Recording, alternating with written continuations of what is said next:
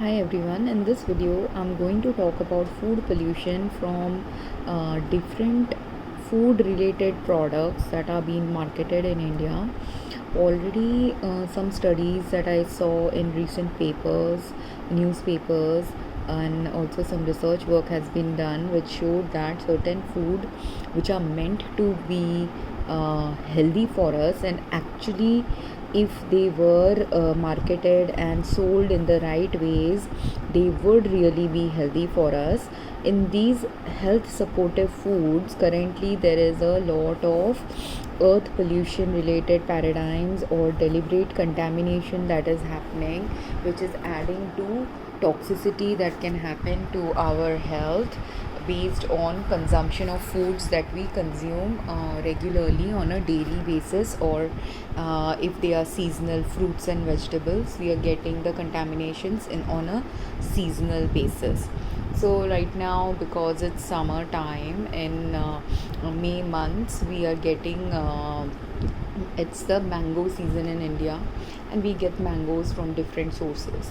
But what I have observed in the last few years in India is that the amount of chemical pollution in the mangoes have increased greatly over time. Because I didn't live in India, for me the difference in the mangoes has been really stark because of two reasons. Firstly, when I was growing up as a child, we would consume mangoes occasionally in our home in Mumbai, but most of the time when I would go to Kolkata for summer vacations, I would consume most of the mangoes during summertime in Kolkata. And even then, I am not a great fruit eater because I haven't eaten fruits all the time. I very rarely eat the food, and that's why for me it is easier to detect any changes in a food group if you don't consume it daily. Our taste buds and our body doesn't get adjusted to the food group, because of which if you're not adjusted to eating something regularly or daily, or consuming it in mass amounts, you can end up detecting some changes in a particular food group or a food product if you are a rare consumer of it. So even though I love eating mangoes, I have been all my life, maximum number of mangoes I would consume during summertime is maybe 4 or 5 mangoes. And in childhood it wasn't even a regular thing that every month we are consuming it or every week we are consuming it. It was just an occasional occurrence. Then when I went to US, there were a few initial years I used to really love mangoes, and that's why even though we were living in US, I didn't used to purchase mangoes from the regular grocery stores, but we used to have in our Indian stores the Haldiram brands Kesar mango and other mango products available to us. The Haldiram brands mango pulp. And because I was young at that time, I didn't discern any taste problems with those mango pulps. And because also they were being marketed internationally, sometimes in international export, the quality that is marketed internationally is a better quality, because of which I used to love the Alfonso and the Kesar mango pulps that we used to get from Haldiram. And in the summertime, I would consume, or whenever even I didn't buy it seasonally because they were tinned products. And all I remember is making some good milkshakes with a little bit of milk, sometimes adding badam, and drinking that occasionally when we were inviting friends over. Sometimes we made mango kulfis out of it and things like that, and they tasted really good to us. But it is possible these products, because they are mass marketed, because they are tinned, they do invariably have high content of preservatives sometimes, and sometimes they can have sugar, additional sugar added to it. And because I'm not so much of an additional sugar consumer always, there are phases when I go into some poor eating habits when I'm having some emotional stress issues. But other than that, I do not tend to add to my sugar load in my food consumption, especially as an adult. When I was living by myself in US, my sugar consumption used to be like maybe once a week or once a month consumption of a little bit of ice cream, or occasionally celebrating friends' birthdays, and we would end up consuming some cakes for their birthdays. So because of this, I wasn't really consuming a lot of sugary products when I was in US, and or even fruits, because again, as I said, I was not so used to consuming fruits as a child. So as an adult, my fruit consumption would come sometimes from fruit based ice creams that you would get in US. Occasionally fruit sorbets I would consume as well, and other than that, once in a while I would consume an apple or a banana, but it was again not a very prominent consumption. Because of which, when I came back to India, now that I had a gap of almost 13 years of not consuming fruits as regularly, 13 to 15 years I might not have consumed fruits as regularly. Only in childhood days I remember distinctly consuming bananas, apples, or some seasonal fruits when we were going in vacation time to Kolkata. Because in Kolkata, my Nana ji's family was always into eating fruits. So they are a family who always eat seasonal fruits regularly, and my Nana ji, because we were visiting in the vacation time, always mentioned, at least I used to feel it was a vacation treat for us to have the fruits after a couple of hours of lunchtime or a few hours after lunch.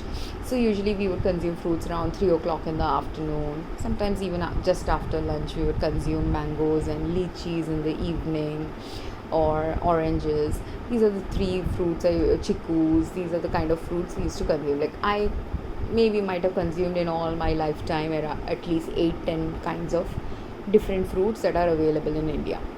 Now, when I came back to India, after a gap of not having consumed as much fruits as normal people usually do, and also because I was not living in India, what happened to me was the main food pollution related problem that first started happening to me was when in the initial before the rainy season or during the rainy season, the municipality would spray for pest control, for mosquito population control, something in the environment. And because the municipality person was coming and spraying it maybe like once a month or something at that time, I didn't remember how often they were coming.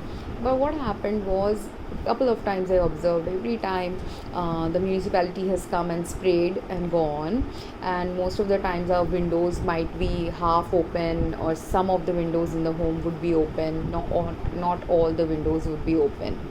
And we had even a net for preventing mosquitoes for coming in. So that net also invariably prevents the outside smoke of these fumigation that is happening in the neighborhood. Some of the smoke might enter through the net, but some of it will also get blocked by the net if the window is not completely just open and only direct air is coming in. So in our nets also, over time I have observed that there is a lot of dust particle that settles on these nets, which comes from the air pollution in India. But what adds to the air pollution? One thing that is adding to the air pollution are these sprays that are done by the municipality regularly everywhere, and those sprays don't simply get stuck in these nets on our windows if people have nets, but these sprays can also get stuck on our building surfaces wherever the spraying is happening. And as a result of it, our homes usually have a lot of chemicals from these regular spraying being done in our environment, either by the municipality or by society or by gardeners or by farmers or by even industrial areas if they are nearby to where we live. Some invariably within a few miles of the area where we live, if there is industrialization, some pollution from the industrial zones are also coming and landing on our homes and the home surfaces of the walls of our building. But in the walls of our building, that's why in India you will observe, which are much less in a country like US, where industrialized zones were much less. As a result, the US homes, some of those homes can be spick and span white in color, and they don't ruin the color of the home.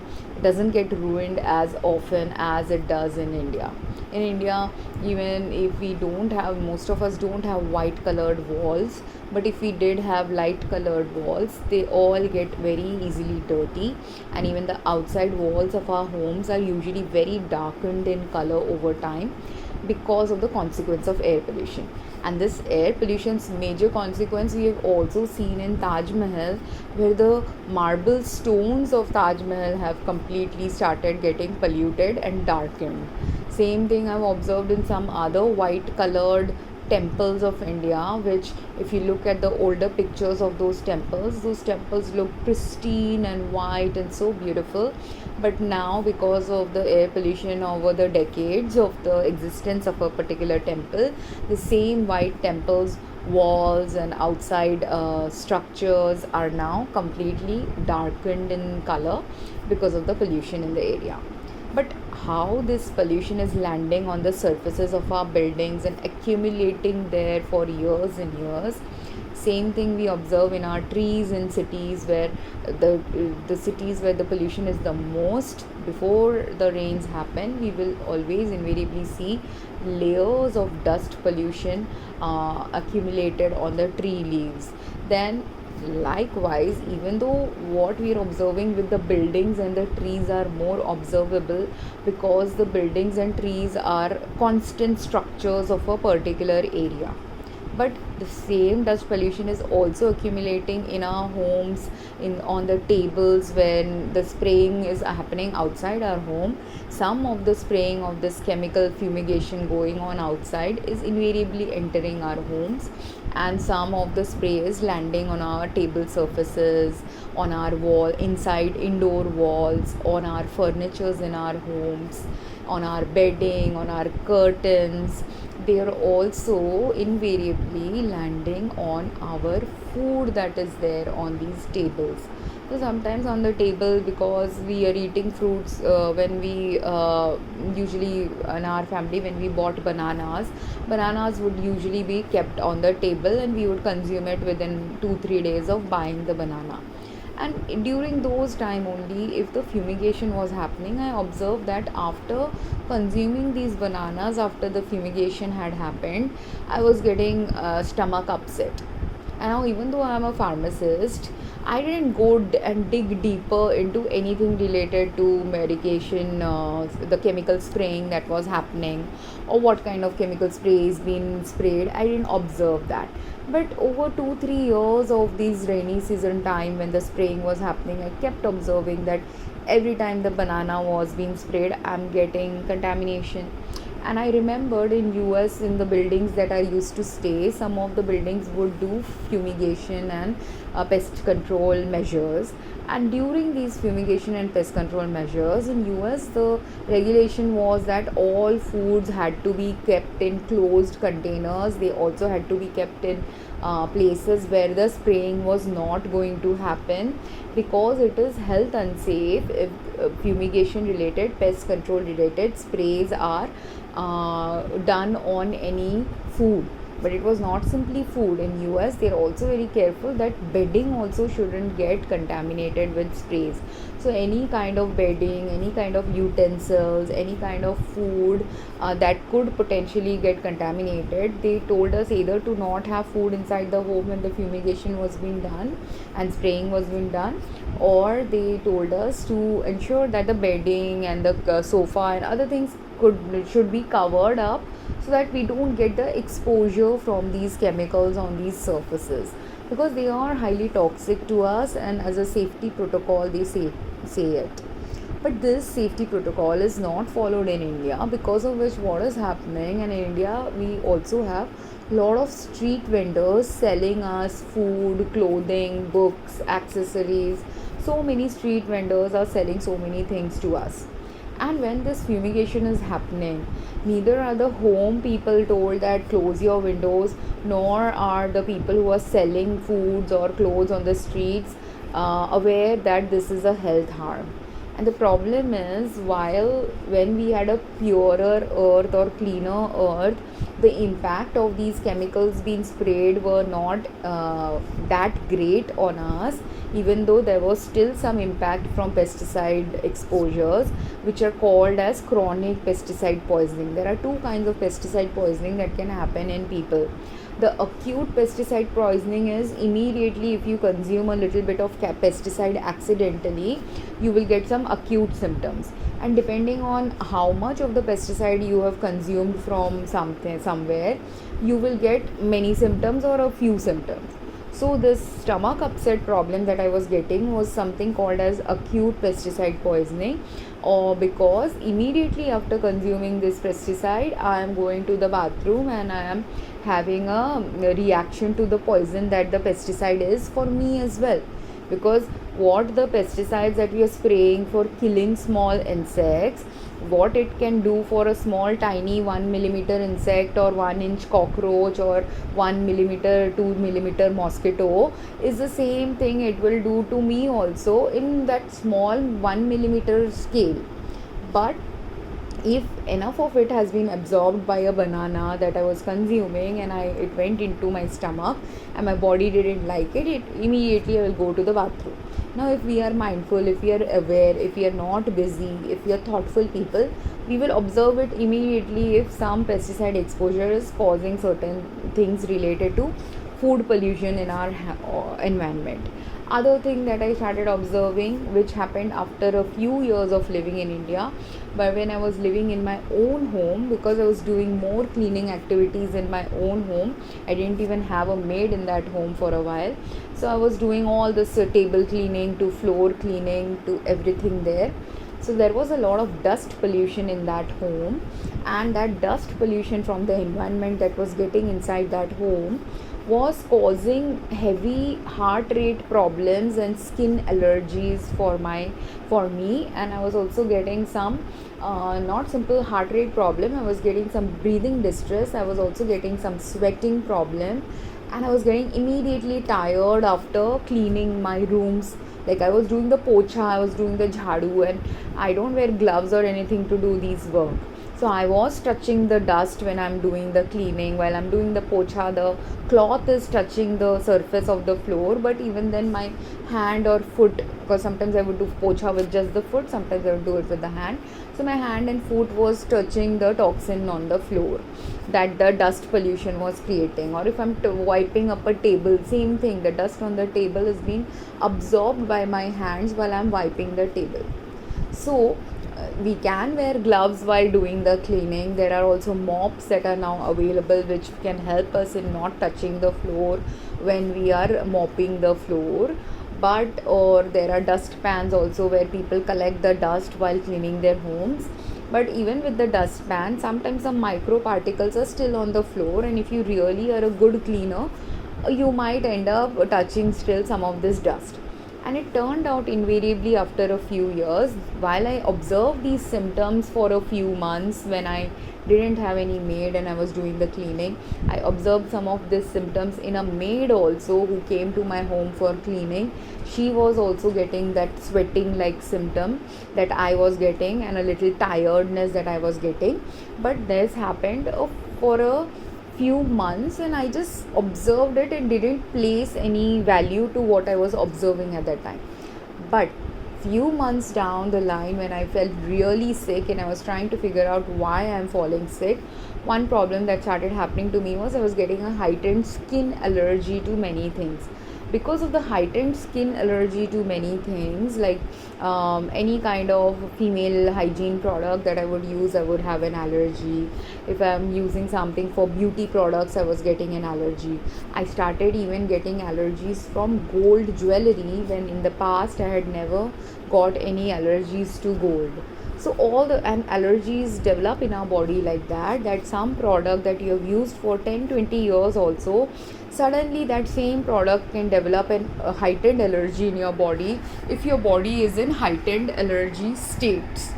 because allergies can slowly escalate over time. And say if you had minor, I had dust allergies as a kid also, but as a kid when I had dust allergies, when we would be dusting our fans in our home, or if the maid is dusting and I am around and some of the dust falls on me, at that time inhaling that dust while cleaning it myself or someone else cleaning it would give me sneezing symptom. That was my allergy level when I was a kid, and this is like 30 years back incidents. But now in the last 5-10 years, whenever I would touch dust, I was not simply getting sneezing. Instead of sneezing, I was having all these sweating and heart rate and tiredness, dizziness type of problems. So when I did the test, it turned out, and the test showed that I did have allergies to house dust and construction dust, and which is what was the source of the dust. Some of the dust was some house related dust, and some of the dust is coming from all the neighborhood construction industrial zone dust, because both Navi Mumbai areas where I stay, which one is my father's home and one was my own home, both of those places are near industrial zones. So because of which, some of the house dust which is coming in our area is going to be invariably industrial pollutant filled dust. But what else will also accumulate in our houses as dust is the pesticides that are being sprayed on the streets or on our buildings or in our neighborhoods. It can also be not simply pesticides but air pollution that is accumulating in our atmosphere from a lot of vehicles that are being used in our area, which don't have good pollution under check measures being done on them.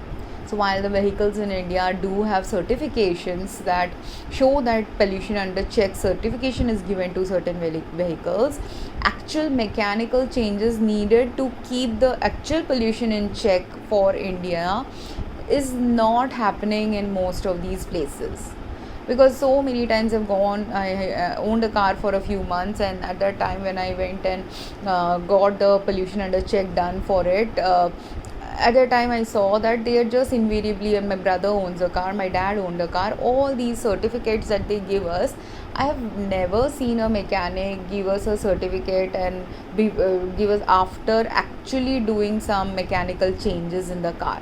Because this is where India is failing, because emissions check is also available in US, and in US when every 2 years you're actually doing an emissions check on a car. That was the rule for the car I owned there, and for every 2 years I had to go and do a emissions check. And in that emissions check, in the state that I live, every time say if I've done 5 or 10 emissions check on the different vehicles I owned, at a time whenever the emissions check was being done on these vehicles, sometimes I've even gone with my friends for their vehicle emissions check. But the rule is this, that if there is some mechanical failure happening in the car that is adding to pollution on air pollution, those mechanical failures will have to be repaired before the emission certificate will be given, which is not, I don't think it has been done regularly in India.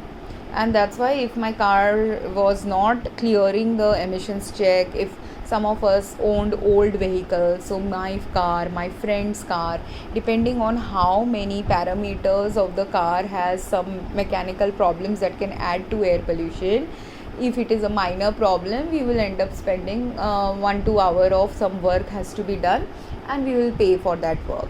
If it was a major problem, sometimes one day they would take to fix that problem, but without that problem being solved, we were not given the certificate.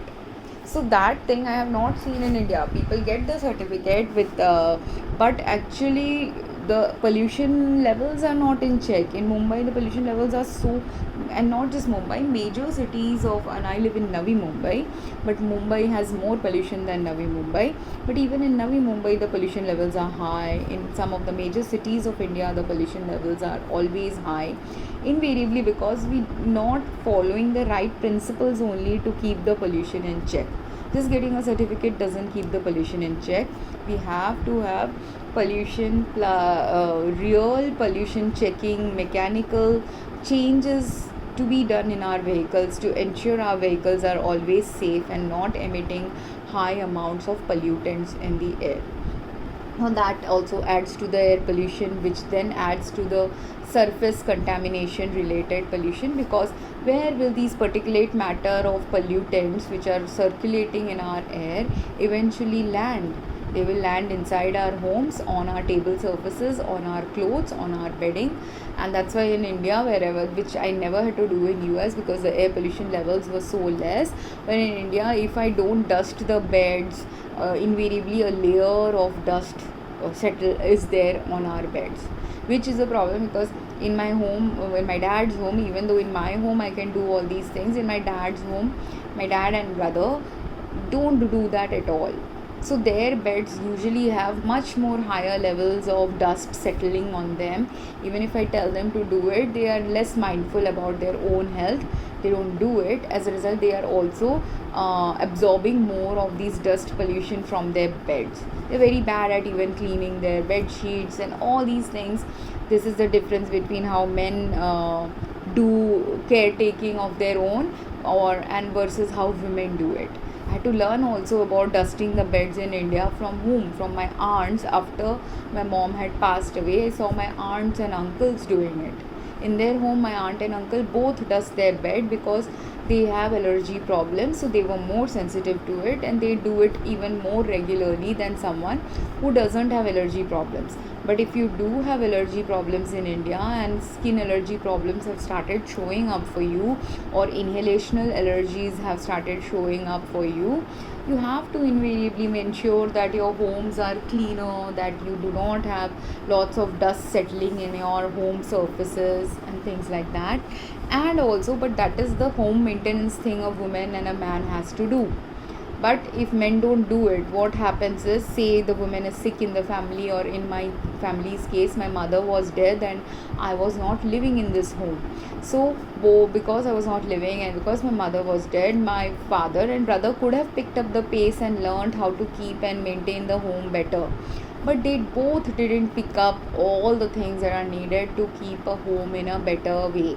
They're both actually a little bit more organized than I am, in which I fail. I am a very bad organizer of certain things. But usually, even though I'm a bad organizer of things, I am a good cleaner of surfaces and bathrooms and kitchens and tables or bed sheets, which my family isn't. As a result, they have accumulated years and years of dust pollution and other pollutants in their environment, and they both have health issues related to those pollutions also showing up in their health. My dad in the past had asthma symptoms, which initially everyone thought he has those symptoms because he was a chain smoker for a long time in his youth. But once he stopped chain smoking, I have also not observed him use his inhalers that often. But despite him not using his inhalers that often, if he invariably has some asthma related problems during seasonal changes, one of the causes is the fact that dust pollution from the homes are not getting cleaned as often by him or mindfully by him. Or if another person wants to clean it, my dad also has some problems where he doesn't allow other people much leeway to help in keeping a home cleaner, or except for the paradigms he had learned in the past, he doesn't want to learn any new paradigms about how to maintain health and hygiene, which is a problem for many men and women. Because say a man is told like, okay, please clean the surfaces. Now if the man has never seen his parents do it in the past, and if he never himself did any home cleaning because he had a wife or his wife did it for 10-20 years, some men who have never observed their parents do certain kind of cleaning do not do any new kind of cleaning or learning about cleaning that is necessary for men to learn. If when their wives fall sick, when their wives have some severe illnesses, when the wives are bedridden, when the wives are hospitalized, they need to learn it. Because if they don't learn it, who will keep the house clean in a way that it will help with the health supportive things the wife will need when the wife is sick? Because women do this, women want to keep surfaces clean because women have this intuitive guidance also, and women's bodies being slightly smaller than men, slightly weaker in some physical parameters, we have more sensitivity than men to danger related to health. And that's why women know what are the places where dangers related to bacterial contamination, dust pollution, other pollutants that impact our health. Most women or most men who have a sensitive health, they are the ones who should be guiding a family about how to maintain the family's health. And if you have 2 3 people in the home who have some diseases now, or some chronic allergies that have developed in their homes, then for the sake of those 2 3 people's health only, everyone else also has to become mindful, because that is what is mindful living. When you are a family of 5 or 10 people existing in a home, if even 1 or 2 people are the most sensitive to something, most of the time you have to cater some of the food needs, some of the house maintenance needs according to the most sensitive person's healthcare needs, most sicker person's healthcare needs, which if you don't do, then you are adding to the pile of problems on your own health, which is where is the problem zone for many families also. Like the first video where I made, that the CEO of a company or a finance officer of a company, like a airplane, he is not understanding the long term consequences and is only looking at the short term expenses instead, and using very short term and foolish paradigm based measures. It is foolish because they are health harming paradigms. And the fact in the previous video that I mentioned, when someone is not fixing a mold problem in a airplane, same way there can be mold problem in someone's home environment too.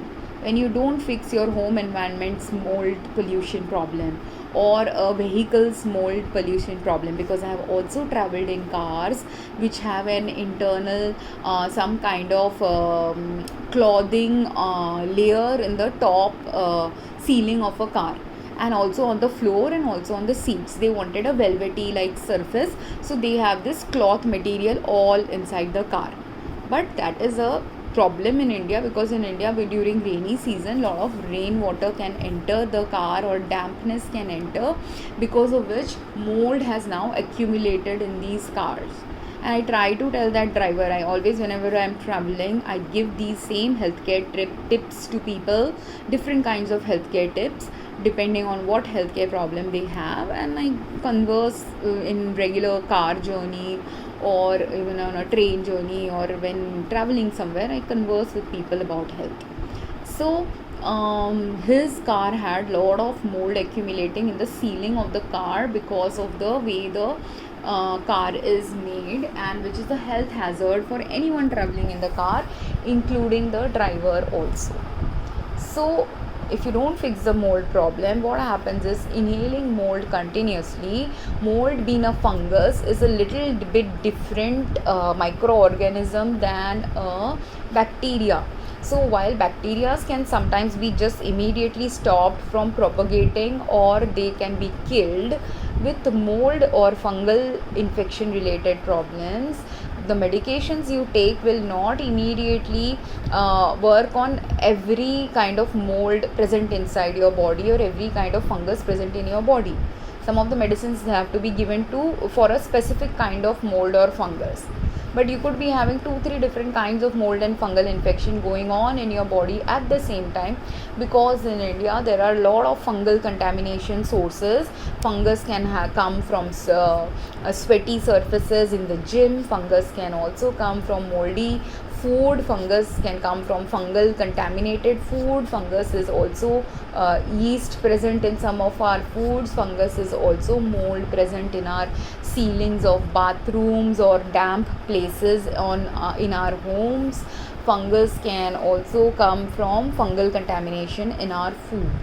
So all these sources of fungal contamination also need to be eliminated if you don't want to continuously fall sick from mold or fungus or yeast related health issues, all of which comes from either surfaces in our homes or from our food we are consuming. And sometimes in certain places like Kolkata, I have found high degree of fungal content in the water supply itself of certain homes, and consuming bathing in the water which is fungus filled, or washing clothes in a fungus filled water, cleaning utensils in the fungus filled water, cooking food in this fungus filled water that is coming via our home taps, all of which adds to a fungal infection related load in our body. And in fact, one of my dad's homes in Kolkata, I found, not just my dad's home, but I found this fungal problem in different parts and different homes. And some homes that did repainting in the few years after a building has been constructed, some repainting has been done in the homes. And when painting is done, usually the painter who comes and paints inside our homes, they will dilute their paint using our home water supply. So if your home water supply has fungus, what has happened now? That same fungus that was there in your home water supply now got mixed in with the paint, and then that same paint that is now being painted on the wall, along with the paint, the water in it had fungus, so the fungal spores now went into your walls. So as a result, in some homes I found high degree of fungal content on the walls of the home. Some of the places, if not a whole wall, has a lot of fungal content. If the wall was adjacent, is the wall that is shared with the bathroom, then the bathroom fungal content of the taps has seeped into the walls, and from the bathroom the fungus is now present in the living room wall, where the wall was the common wall between the bathroom and the living room. And I have observed, if mold was there in the bathroom, then the mold is transmitted to the living room. If either a living room or a bedroom, depending on whatever is adjacent to that bathroom from where the contamination is happening. So if our bathrooms have mold gets contaminated on the wall surface which is adjacent to the bathroom wall, and causing a mold or fungal infection related infestation now growing inside the homes, which if we don't fix those problems, if at the minor level, when minor fungal infection or minor mold infection has developed, then what happens is later on these mold and fungus have a high capacity to escalate and grow without our knowledge. Because unless you have a sensitive nose, which I do have a sensitive sense of smell, so I can detect mold and fungus in many places very easily. But say if I'm living in a home for a long time, even my nose will get desensitized to the fungal smell, because this is the principle of how smell works. If you're not used to something, or smell and taste and poison, everything works like this. If you're not used to something and you suddenly are a guest in someone's house, you can very easily observe fungal and mold infection in their homes, while they, having lived in that home for 5-10 years, may have got adjusted to the fungal and mold smell, or the fungus and mold has now accumulated so much in their olfactory nerves and in their nervous system that their sense of smell is distorted, which is what happened to one of my cousins. I know they had visible fungal problems, which I had asked them to fix for a long time, but they never fixed the visible fungal problems. They also had, from the visible fungal problems, chronic fungal infection on the skin of the person who was sleeping in the room where the fungal problem was maximum. Even then, what is our general Indian tendency is, if we are having some skin related fungal infection, most of us go to a doctor, or we are so used to having some fungal infection in our life, we might just go and buy a antifungal powder from the local pharmacy. And my aunt this family being related to doctors, this is the standard protocol. They have a dentist in the family, they have 2 doctors in the immediate family. So all of these people are being doctors, they just prescribe either antifungal product, and that's it. So my aunt was regularly using an antifungal powder on her skin. But even though she's using an antifungal powder, and the thing was, because there was fungal contamination in her room, that fungus on the walls of her room was releasing fungal spores in the environment. Something you can't see. The spores of the fungus you may not be able to see when it is sprayed in the air. because it's slowly releasing. How, our mosquito repellents or air freshener small devices, if you plug it inside our electrical outlet, they are actually spraying some air freshener sprays inside our homes, or they are spraying the mosquito repellent ingredients in our homes, and we can't see that spraying. But if we have good sense of smell, we can smell the spray in the air. Same way with the fungus, if you have good sense of smell, you may smell the fungus. But if you don't have good sense of smell, or if your nose got sensitized to this fungus, you may not even smell the fungus, but its action is continuing because the fungal problem hasn't been stopped. And what was the long term health consequence as a result of this fungal infection? First, there was fungus on the wall, which developed from fungus in the water supply and pipelines. So from the bathroom, the fungal problem has come into the bedroom, because for them the bedroom had a common wall. So it came into the bedroom. She's inhaling that fungus. After having inhaled or getting exposed to the fungal spores in the air of the bedroom, the fungus has now landed on her skin. Because it has landed on her skin, first it will primarily land on her skin, and she will have inhalation problem. Because she had inhalational problem, what was she given? She was given actually inhalers, standard inhalers that are given to people. She also had asthma problem, and that is how even a fungal I'll talk about fungus related asthma and other health problems in another video. It will confuse people otherwise, but there is a reason why she was being given these medications. But because she was taking medications that helped her breathe better, if any fungal spores were being inhaled by her, she is now not aware that fungal inhalation is happening to her lungs, and via the inhalation that fungus is also, because our cardiovascular system and circulatory system's function is to take whatever has been inhaled by the lungs to different parts of the body eventually. Because of which, if she has inhaled fungus, some of the fungus might accumulate in her lungs, but some of the fungus is also going to different parts of her body. And what happened to her? Her health history is this. And I observed her health history when in the last 8 years of my life in India, where before COVID I have spent at least 2 or 3 times a year time with my aunt. So I have spent at least 10-12 times visiting her, and of these 10-12 times of visiting with her or traveling with her, I have also lived in her home at least 5-6 times. And in those 5-6 times, I observed her skin issues. I first observed the fungal problem on the wall. Then I observed her skin issues. Then she only told me about her asthma issues. These are the 3 things I knew already before she fell sick. Then after she fell sick, what happened? And after she fell sick, and I also had observed that after she would go to the bathroom, she would spend a lot of time wiping her thighs and internal organs, because the wetness she didn't like. And this observation of hers, when she didn't enjoy this wetness from the water there, at that time I didn't correlate it to anything. But later on, for me, this had started happening when I had high fungal infection from another home where the fungal content was even higher than the home of my aunts. And in that home, the water supply had high degree of fungal content, higher than what my aunt's home had.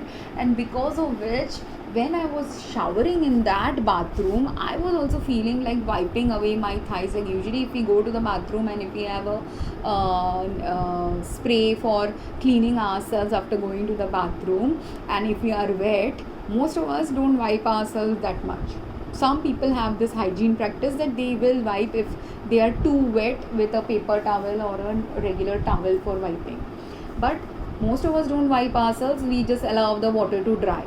But I couldn't do it because the water was so contaminated. It was causing skin irritation to such a high degree that my skin was not able to take even 5 minutes of contact with that water. Because of which I also was wiping my body the same way I realized my aunt was possibly doing. I didn't go and see how she's wiping herself. All I know is she wipes herself. But she was also likely wiping herself because her skin was likely irritated from the water contamination and the other internal health issues that were developing in her body. Same way with me, there were some internal health issues developing, but that internal health issues combined with the external pollution combined was causing that heavy skin irritation from the fungal contaminated water. What else happened with my aunt? They found some heart related blockages, because of which she went on to when they did a surgery on her. After the surgery, she was hospitalized for about 2-3 months in a hospital, where every time she was getting some good recovery. After a few weeks, the hospital would be like, okay, she's going to be released soon. But as soon as they would tell that to my cousin, within a day or two, her health status would fail, and again they would have continue and extend her stay in the hospital. And I also know she was given, based on the medicine regimen that they were given and the symptoms she said that she had. My cousin only narrated my aunt's symptoms, because when my aunt and she invariably, after 2-3 months of this repeating cycle of twice the hospital said she might be released, but she wasn't released, and invariably she died.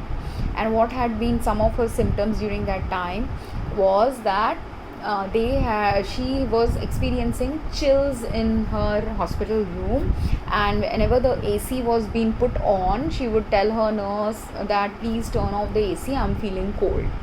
And these chills that she is feeling, the chills can be felt also when there is excess mold in our ACs in India, because in India the sources of fungus and mold can also come from ACs.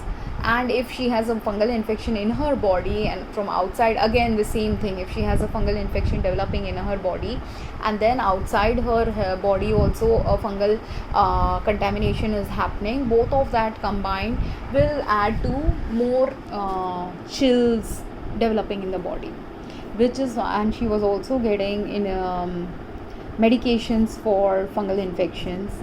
There were also other different sources of fungal contamination possible in her hospital food also. So all of these combined could have added to her fungal load in the body, because of which maybe she potentially died. I don't have all the details of the reason why she died, but if someone checks her medical health history of the medication she was prescribed, if someone looks at her blood test reports that might have been taken by the hospital regularly for her health status, based on doing the checking of her health status as well as the medication she was prescribed, one can easily tell that if she had a chronic fungal infection continuing inside her body. But based on the superficial symptoms and the fact that there was actual fungal contamination in water supply in Kolkata, in food supply, even in food of Kolkata I have found fungus, even in homes of Kolkata I have found fungus, and mold is a chronic problem irrespective of whether you live in Kolkata or anywhere else in India where you use ACs. So for fungus plus mold combined, and I have also found yeast or mold in mishti doi and other dahi related products that are sold in India. So as a result, having some kind of fungus or yeast or mold or all three in her body could have resulted in her eventual death, which could have been prevented or slowed down if people had realized where her fungal contamination was stemming from, mold contamination was happening from, fungal exposure was happening from. And in therapy of fungus, basically why she was recovering and then again falling sick is because of the fact that if, say, I had some fungal exposure from food or from my home food or home water supply, that has already gone inside my body because I'm cooking food with the same water, I'm washing clothes with the same water, I'm also inhaling the fungal spores in the room that I am sleeping in, because of which I have enough fungus now accumulated and absorbed in my body in different organs, because of which someone might have got a severe fungal infection now. When a surgery was happening, those same fungus now might have also spread to other parts of the body, or they were already present in her body, which had added to her cardiac problems also. We don't know even how her cardiac pathology presented while she was doing a surgery will determine whether she had a blockage from normal cholesterol development, or which seems like a rare occurrence for her, because because her family was very health conscious, so they don't eat that much high fat content food. They do eat occasionally outside food, so the fat could have come from the outside food they were consuming. But the both her son and daughter were very highly into anyway, I'll talk about her diet in the next post. But mainly, the thing with the fungal aspect is, if you have anyone, not just her, anyone who has a fungal infection developing in their body, the general treatment for fungal infections is, first you give 2 weeks or 3 week dosage of a particular drug for that fungal infection.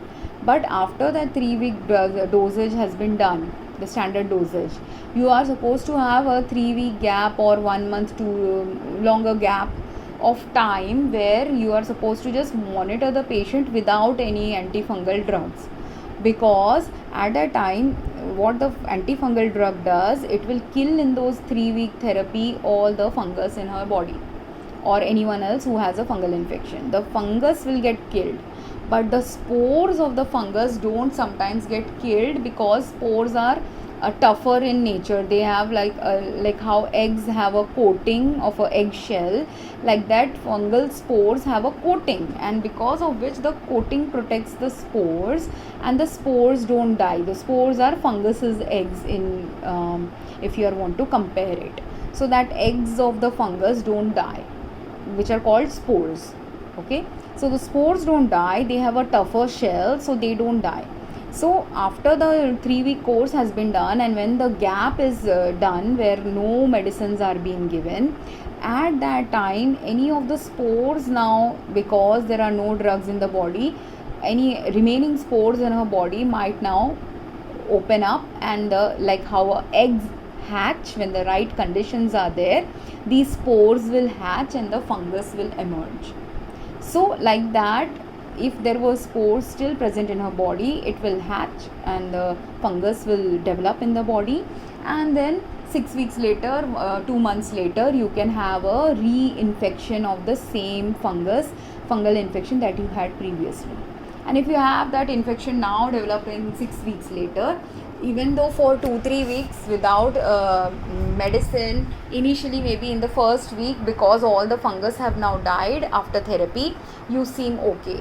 But again in the 6th week or 5th week, after the first 3 weeks of course has been done, later on if the spores have now started developing, again you will get the symptoms and fall sick if high enough fungus is there in your body.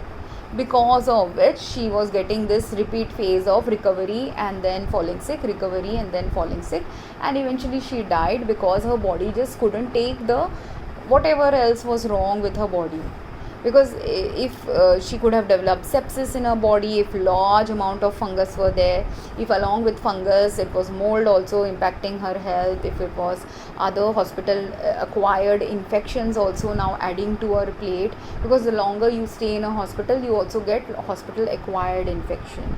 I'll also do an analysis about the hospital related factors that can cause someone's death in the next video. But main thing was this fungus and mold in her homes added to her health harm, which eventually led to her death, and along with other factors. So it's not just one factor that caused her death, it was a multiple set of factors which caused her death, of which if the fungal problem itself had been solved in the initial stages when the fungus was starting to show up in the walls, her health incidences wouldn't have been this high or this painful, or maybe she wouldn't even have died this soon in life. She was only about 70 years of age. So, and she didn't even look in that she was a 70-year-old woman.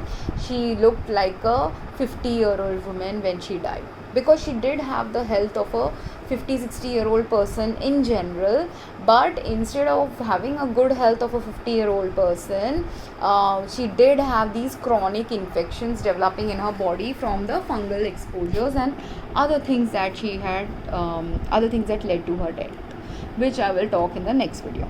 But because fungal problems are a problem for us, and because fungicides are also used greatly in Indian farming, the heightened use of fungicides is the reason why, and heightened use of antifungal drugs Both are the reason why in Kolkata we have so much fungus related problems manifesting. I found this mostly and majorly in Kolkata and West Bengal. Then I have found in other parts of India, because in Kolkata the use of antifungal drugs is very rampant, as well as the use of the fungicides in farming and gardening is very high, which has now led to some resistant funguses and viruses and fungus, not viruses also might be related to this, I don't know, that I'll make a different video about it. It was a slip of tongue that happened, but sometimes my slip of tongue also has some core truths in them. But because virulent forms of funguses are now developing, sometimes people can also die from virulent funguses that are developing as a consequence of heightened use of antifungal drugs or antifungal chemicals in farming, because this is the same principle that led to virulent forms of bacteria developing in humans. Same thing happened with fungus, and also possibly that's why the virus thing came up from my tongue, because if we continue to give antiviral drugs also continuously to someone, in those places where a lot of antiviral drugs are being used, there the chances of viral infection, the virulent forms, like more stronger harmful forms of a virus also can start developing, which is the reason why potentially some highly harmful forms of fungus, bacteria and mold and all these things are developing on earth, which can only be checked when we do the right measures to ensure right kind of farming, more health, right kind of balanced health aligned practices than the indiscriminate practices of solving a problem with the wrong measure. Because what was the right measure for my aunt was ensuring that the walls of her home, ensuring that the water in her home was not filled with fungus, and even doing a deeper analysis of the water supply of Kolkata. I will make another video. But main thing is, if her walls are at least been cleared of the fungus, if someone had come and just scraped off the fungus from her walls and repainted her walls in such a way that redone her walls so that fungus can't grow in that, then what would, because I have seen in our homes what a part of our home where there is potential to have fungus from or mold from the bathroom penetrate the walls of our kitchen or penetrate the walls of our drawing room. In some parts they have put tiles in our homes in Mumbai, and because tiled structure is there, any fungus that might be there in the bathroom doesn't come via the tiles into the drawing room or the kitchen tiles. That way the kitchen is protected and the drawing room is protected by having tiles on the walls rather than a cement wall. That blocks the contamination from moving from the bathroom into other areas. But that is one good practice that was done in my home. But even though we have done that practice, we haven't done this to all the walls in our homes. All the walls near the bathroom need to be tiled. Second thing, the bathroom itself, if we want to protect the bathroom from becoming a mold zone or a fungus zone, we have to also ensure that dampness doesn't remain in the bathrooms. Whichever bathroom doesn't have a lot of dampness in the bathroom, whichever bathrooms have a lot of good airflow happening in the air and sunlight penetration in the bathroom, those bathrooms don't develop fungus or mold. Only mold definitely doesn't develop. About fungus, I will have to do a deeper delving into it. I haven't figured out all the reasons why fungus are there in certain places. So I'll make a video once I understand the fungus problem more deeply. But with mold, what I have understood is, if you have good ventilation, good sunlight in the homes, and you don't allow your bathroom or kitchen to have a lot of dampness in the surfaces, then the mold problem doesn't develop. Same way with food also. I'll make a next video about food hygiene and how to prevent mold in our foods. So I hope this was informative, and if you have any questions, drop me a comment. Thank you.